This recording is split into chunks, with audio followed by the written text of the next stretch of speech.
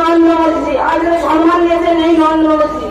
তাই আমি একটাই কথা বলবো, এই নরেন্দ্র মোদীকে সম্মান দেওয়ার জন্য আর সম্মান পাওয়ার অধিকার অবশ্যই আছে, যেটা ইচ্ছা সরকার ভোট দিয়েছেন তাদের করবে, তাদের উদ্দেশ্যে একটাই কথা বলবো।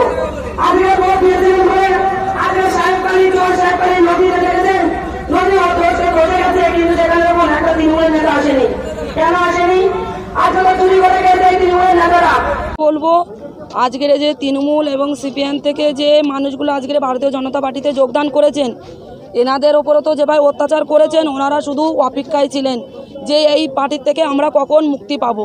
ওনারা মুক্তি পেয়ে গেছেন, ভারতীয় জনতা পার্টিতে যোগদান করেছেন, ওনারা অপেক্ষায় ছিলেন, ওনাদের অপেক্ষা সফল হয়েছেন। আমি আশীর্বাদ করি, আমার মতো একটা ছোটো বোন ওই আমার বড় বড় দাদাদেরকে আশীর্বাদ করছে, ওনারা আরও আগে যাবেন এবং ভারতীয় জনতা পার্টিকে আরও আগিয়ে নিয়ে যাবেন। ওনারা শুধু তৃণমূল সিপিএমের ভয়ে আজকের মানুষের পাশে দাঁড়াতে পারছিলেন না, আজকের সেই সুযোগটা পেয়েছে, ওনারা সেই সুযোগে সদ্ব্যবহার করে দেখাবেন।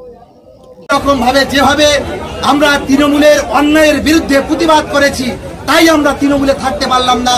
আমরা আগামী দিনে বিজেপির পরিবারে এসে আমরা বিজেপির সুশৃঙ্খল সৈনিক হিসাবে আমরা সর্বত্র আমরা কাজ করতে চাই। একটা আবহাওয়া সৃষ্টি করেছে, মানুষ এই দুর্নীতির আবহাওয়া থেকে পরিত্রাণ পেতে চাইছে। আমরা সেই পরিত্রাণের বিরুদ্ধে আমরা আজকের পথে নেমেছি, আমরা সকলে মিলে আন্দোলনে সামিল হয়েছি। আপনার নাম? আমার নাম পলাশ হাওড়ি, আমি যোগেশগঞ্জ অঞ্চলের তৃণমূলের প্রথম সারির অন্যতম নেতৃত্ব ছিলাম।